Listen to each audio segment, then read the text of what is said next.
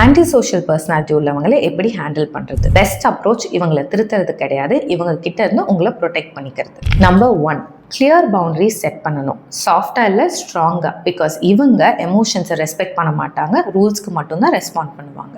Number 2, இவங்களோட logic R emotions வச்சு argue பண்ணாதீங்க. Just stick to facts and consequences.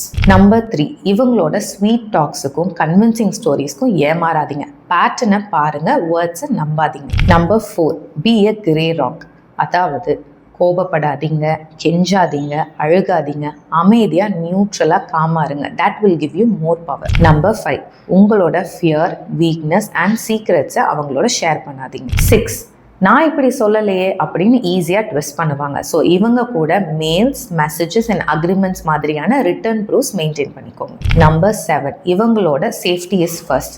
Distance is more important then your discussion. இதெல்லாம் தாண்டி உங்களுக்கு ஹெல்ப் தேவைப்படுதுன்னா நீங்கள் லீகல் அண்ட் ப்ரொஃபஷனல் ஹெல்ப் எடுத்துக்கிறது ரொம்ப நல்லது.